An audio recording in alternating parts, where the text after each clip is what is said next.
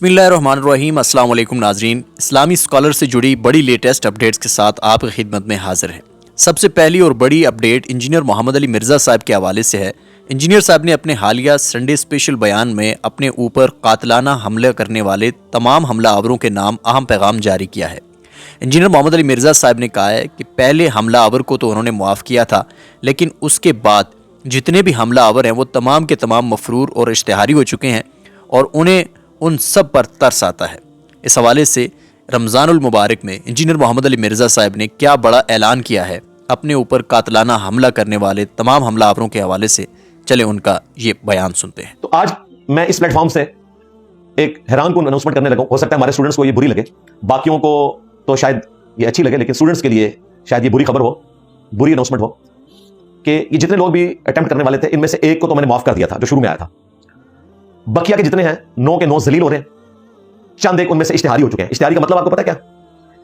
किसी जगह उनका बैंक अकाउंट नहीं खुल सकता, कोई सरकारी नौकरी नहीं कर सकते, कैरेक्टर सर्टिफिकेट उनको नहीं मिलेगा पुलिस की तरफ से, लाइफ टाइम के लिए वो डैमेज हो चुके हैं। लेकिन मुझे फिर भी इन बच्चों पर तरस आ रहा है। मैं आज अपने प्लेटफॉर्म से इनके लिए अनाउंसमेंट करने लगा कि जो बकिया के लोग हैं ये लोग आकर वीडियो में अपनी माफी रिकॉर्ड करवाएं और उसमें वो बाकी बच्चों को 10 दें कि इस किस्म की एक्टिविटी आपने नहीं करनी, आप जलील हो जाएंगे, और मुझसे स्टैम्प पेपर के ऊपर अपना माफीनामा लेते जाएं, वो आप जमा करवाएंगे, आपका वो केस फारिग हो जाएगा इंशाअल्लाह ताला। ये मेरी तरफ से ओपन अनाउंसमेंट है सबके लिए। मैं नहीं चाहता हूं कि मैं इनके मुस्तकबिल को खराब करूं, ये काबिल रहम लोग हैं, लेकिन इतना काम इनका ये बनता है कम से कम वीडियो में आके माफी मांग ले, गलती को मान ले। मैं मौलियों वाला काम नहीं करूंगा कि इस वीडियो को ले जाकर मैं कोर्ट में प्रोड्यूस करके तो आपको सजा दिलवाऊंगा।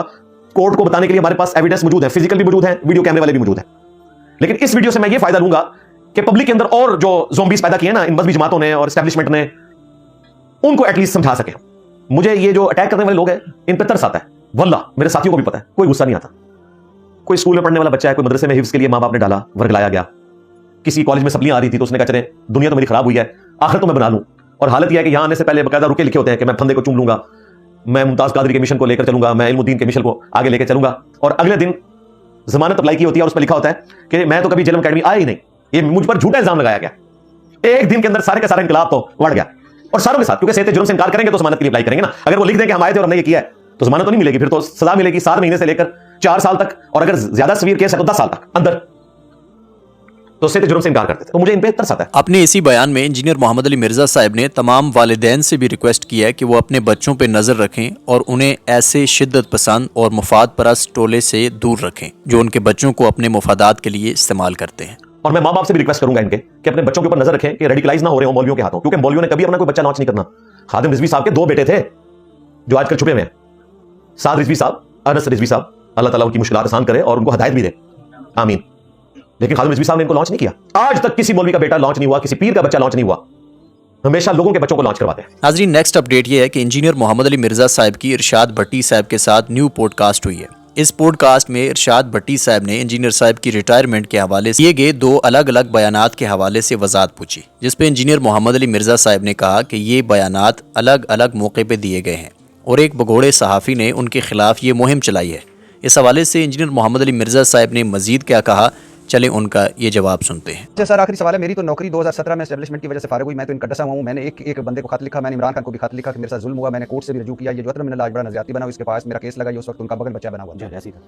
फिर आप कहते हैं मैंने तकरीबन 15 साल नौकरी की, इसके बाद मैंने रिटायरमेंट ले ली। रिटायरमेंट से एजेंसियों का कोई लेना देना नहीं था, बस दावत के हवाले से मसरूफियात ऐसी थी। मुझे ये कहकर रिटायरमेंट क्या की गई, चूंकि आप पब्लिक फिगर बन चुके हैं और आपको सेंसिटिव इदारे में, आप एक सेंसिटिव इदारे में बेहतर आप रिटायरमेंट ले लें, और फिर आप कहते हो कहते हैं कुब्बे मुलात कहीं तो कुब्ब निकल गया। ठीक है, दोनों ठीक है, आउट ऑफ कॉन्टेक्स्ट बता दीजिए, बता सुनेंगे? हाँ मैं हाजिर हूँ, हाजिर। वैसे मैं बता दूं 16वीं दफा अच्छा कि ये भी घोड़ा साहब की तरफ से क्लिक क्यों हर चीज उस पे मैं बोल रहा हूं ना। अच्छा अच्छा आप उसमें क्या मसला है? जी जी जी मुझे बताएं, आपकी पॉडकास्ट से कोई जुमला निकलेगा तो नजर आती है, मुझे पकड़ेगी, आपको नहीं पकड़ेगी। जी जी तो इसलिए मुझे बोलने दें। जी जी 16वीं दफा बोल रहा हूं जी कि इस घोड़े ने सारा काम किया, आउट ऑफ कॉन्टेक्स्ट काटा। जी कैसे? ये फिर जो मैं कहता हूं ना, ये मैंने पहले कहा है, और ये जो ऊपर वाला आपने क्लिप सुनाया वो जुलाई 2024 का है। ये जो मेरी तो नौकरी 2017 में एस्टेब्लिशमेंट, ये जुलाई 2024 का है। ये जुलाई 2024। अच्छा, और वो जो है वो है मार्च 2023 का, मार्च 2023 का। जी ठीक हो गया? अब मैं इसको ऊपर कर लेता हूँ, इसको ना ना ना ना, दोनों अपनी जगह बिल्कुल दुरुस्त। अच्छा कैसे? बिल्कुल दोनों अपनी जगह दुरुस्त। मैं बताता हूं जी, दोनों अपनी जगह कैसे दुरुस्त है। ये जो मेरी स्टेटमेंट है पहले वाली जुलाई 2000 नहीं, जो पहले मार्च 2023 में, जिसमें मैंने कहा कि एजेंसियों का कोई लेना देना नहीं है। मेरी तकरीबन 15 साल नौकरी की। जी जी। इसके बाद इससे पहले एक सवाल था, अच्छा जिस तरह वो क्लिप काटा ना, पतंगबाजी वाली क्लिप काटा। अच्छा ये टीएलपी के एक रिपोर्टर आए थे मेरे पास, उन्होंने मुझसे इंटरव्यू किया। उनके अपने चैनल पे 1 मिलियन प्लस व्यूज है, हमारे चैनल पे भी 1 मिलियन प्लस व्यूज है यानी। और ये क्लिप एक मौलवी का काटा हुआ है काफी अर्सा पहले का, और इन्होंने उसको गोद लेके दोबारा से उसमें रंग भर के ये सारा कुछ किया। ये इनकी भी इन्वेंशन नहीं थी, इन्होंने सेकंड हैंड इसको पकड़ा, लेकिन आम इन्होंने किया अपने सोशल मीडिया की वजह से, क्योंकि हमें मीम के लिए मटेरियल चाहिए था, अल्लाह ने दे दिया, इसकी मीम बन चुकी है देसी सरकार टीवी। अच्छा, अल्हम्दुलिल्लाह। इसमें उसने मुझसे कहा कि आपको एजेंसीज ने लॉन्च किया है, आप तो अच्छे खासे नौकरी कर रहे थे, इंजीनियर थे, तो वहां से नौकरी फारिग करके आपको लॉन्च किया गया। तो मैंने इसके जवाब में कहा कि मेरा ये नौकरी छोड़ने का जो मामला है, इसका एजेंसियों के साथ कोई लेना देना नहीं है, मुझे उन्होंने कोई लॉन्च नहीं किया इस हवाले से। और इसके बाद फिर मैंने जुमले बोले कि एजेंसियों के बेनिफिशियरी, और एजेंसियां तो बेनिफिशियरी हैं टीएलपी वालों के, इनको उन्होंने लॉन्च किया हुआ है। तो ये मेरे बारे में कह रहे हैं कि मेरी नौकरी उन्होंने छुड़वा के तो मुझे इस काम में डाल दिया कि तुम यहां बैठ के काम करो, वहां से हम तुम्हें रिटायरमेंट दे रहे हैं। ये मैंने बात की, और मैंने कहा जब मुझे उन्होंने जबरी रिटायर किया तो कुबेर उड़ात पे ही उसका कुब निकल गया। ये कैसे हुआ, ये पूरी स्टोरी है कि 2017 5 जुलाई 40 साल पूरे हुए थे माशाअल्लाह को ज़ियाउल हक साहब के। 5 जुलाई 1977 को मेरी विदाई से पहले माशाअल्लाह लगा था, और 5 जुलाई 2017 को माशाअल्लाह की 40वां पूरा हुआ, इन्होंने अपना 40वां किया कि मुझे जो है वो जबरी रिटायरमेंट ऑफर की। मैंने उसको कबूल नहीं किया। मैं शौकत सिद्दीकी साहब की अदालत में गया, 1 साल तक तारीखें चलती रही। फिर शौकत सिद्दीकी साहब का मशहूर ज़माना बयान आया, उनको फारिग कर दिया गया। फिर अतर मिनल्ला साहब की अदालत में चला गया। शौकत सिद्दीकी साहब इनको डांटते थे, जवाब ही नहीं होता था। अतर मिनल्ला साहब चूंकि बेनिफिशियरी थे, उन्होंने चीफ जस्टिस बनना था और बाद में सुप्रीम कोर्ट जाना था, उन्होंने हमारे इदारे के सारे केसेस एक जगह जमा किए, सारों को उड़ा दिया। ठीक है, हमें सुने बगैर ही सबको उड़ा दिया। अच्छा, ये हुआ। फिर खान साहब की गवर्नमेंट आई, मैंने उनको भी खत लिखा कि कोई सुनवाई करें, कोई सुनवाई नहीं हुई। नदीम अफजल चंद साहब को अदालत से मैंने लेटर लिखा, उस वक्त वो इनके खास मशीर थे, उनकी तरफ से भी कोई जवाब नहीं आया। अच्छा, इसी दौरान जो मैंने ऑलरेडी कई साल से अपील अपनी फाइल की हुई थी इनके पास, एसपीडी के पास, उनका बुलावा आ गया, और वो जाके बुलावा आया फरवरी 2021 में, पौने 4 साल के बाद। ठीक है, उसमें मैं गया और वहां जाके उन्होंने नया काम रख दिया। उन्होंने कहा जी आप चूंकि मशहूर हो चुके हैं तो अब आपको रिटायरमेंट ले लेनी चाहिए, इसलिए हमने किया। मैंने कहा आपने तो मेरे ऊपर इल्जाम लगाया कि मैं दहशतगर्द तंजीमों के साथ मिला हूं, क्योंकि एजेंसीज के जो लोग थे जिन्होंने रिपोर्टिंग की हुई थी वो मेरे पास भी आते थे, उनमें कुछ मेरे स्टूडेंट्स भी थे। उन्होंने मुझे रियल टाइम बता दिया कि ये आपके ऊपर झूठा इल्जाम लगाया है। तो मैंने कहा वो इल्जाम बताएं जिसकी वजह से लगाया किसने था? ये यहाँ पे जो एक सीटीडी का नुमाइंदा था उसने ये पहली दफा किया, वो कट्टर बरेलवी फिरके से ताल्लुक रखता था, और वो फिर आगे चल पड़ा। आपको पता है ये कानून के तो कच्चे होते हैं, फिर वो चल पड़ता कानून का। इन्होंने, इनको पता था कि ये कमजोर ग्राउंड पे साबित तो नहीं कर सके। मेरे घर पे रेड भी किया, वो पूरी गाड़ियां आती है ना बख्तरबंद 100-150 फौजी लेके, और ये है 26 सितंबर 2017। 28 अक्टूबर 2017 को मेरे पे पहली दफा मर्डर अटेम्प्ट हुई थी। एक्जैक्टली उससे 1 महीना पहले 26 सितंबर 2017 को मेरे घर रेड हुआ, छतों पे चढ़ के सारे ये, और मेरे घर घुस आए, वो रिवॉल्वर उठाए हुए, जी वो जी आप जनाब यहाँ से लोगों को ट्रेन करके तो जिहाद के लिए भेजते हैं दाइश के पास अफगानिस्तान में। और मैंने कहा मैं तो इनको खारिज समझता हूँ, मैं तो तुम्हारे हाफिज सईद को नहीं मानता हूँ। मैंने उसको मेजर को यही कहा।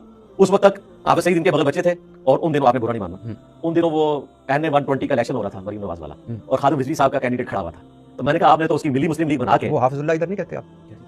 वो हाफिजुल्लाह फौत हो चुके हैं। अच्छा, रहमुल्लाह। चलिए रहमुल्लाह। तो खालिद रिजवी साहब उस वक्त जिंदा थे। तो मैंने उनको कहा कि ये आपने मिली मुस्लिम लीग बना के हाफिज सईद साहब का भी एक बंदा खड़ा किया हुआ, टीएलपी का भी बंदा खड़ा किया हुआ। मैंने कहा ये आपके हैं, ये हमने आपसे पूछना है कि आपने हम पे क्यों मुसल्लत किया, आप मुझे कह रहे हो नहीं जी हमारे पास खत मौजूद है। फिर वो मुझे उठा के घर से लेके, ठीक है, अपनी वो बख्तरबंद गाड़ी में, और सैकड़ों फौजी और वो सारा कुछ, और एक बंदे के पास लेके, अल्लाह भला करे, उसने कहा इंजीनियर साहब का कोई लेना देना नहीं, मेरा बेटा खुद गया था। ठीक, फिर उन्होंने मुझे बाहरी रोड पे उतार दिया, और फिर उतारते वक्त कहा कि जी गलतफहमी की बना पे ये सब कुछ हुआ। तो मैंने कहा इस तरह नहीं, कोर्ट में आके जवाब दें। कोर्ट थी शौकत सिद्दीकी साहब की, उन्होंने जवाब नहीं दिया, और इस तरह मामला चलता रहा। मुझे सारा कुछ पता था, मेरे साथ मैंने कहा आप क्या बहाना कर रहे हो कि मैं पब्लिक फिगर बन गया हूं? मैं तो पब्लिक फिगर बना हूं, मशहूर हूं निकाले जाने के बाद, जिस तरह खान साहब मशहूर हुए निकाले जाने के बाद, और नवाज शरीफ साहब मशहूर हुए वोट को इज्जत देके निकाले जाने के बाद। तो जो मैं निकाले जाने के बाद मशहूर हूं, उसकी मशहूरी का मेरे ऊपर इल्जाम लगा रहे हैं। मुझे तो आपने झूठे इल्जाम में निकाला है। मुझे क्यों निकाला? हाँ, तो मैंने कहा पहले वो इल्जाम मुझसे धोए। तो उन्होंने कहा सर जी अब आप एक पब्लिक फिगर बन चुके हैं, आपका तो इदारे से भी बड़ा काट हो चुका है, तो अब छोड़े, आप केस वापस लें और रिटायरमेंट लें जो हमने आपको ऑफर की थी। फिर मैंने सोचा कि अब तो 4 साल के बाद अब मैं यहाँ वापस जाता भी हूँ, एक तो ये मुझे कोर्ट से कोई इंसाफ नहीं मिलना, ज़ाहिर कोर्ट जब तक मुझे बहाल नहीं करेंगी।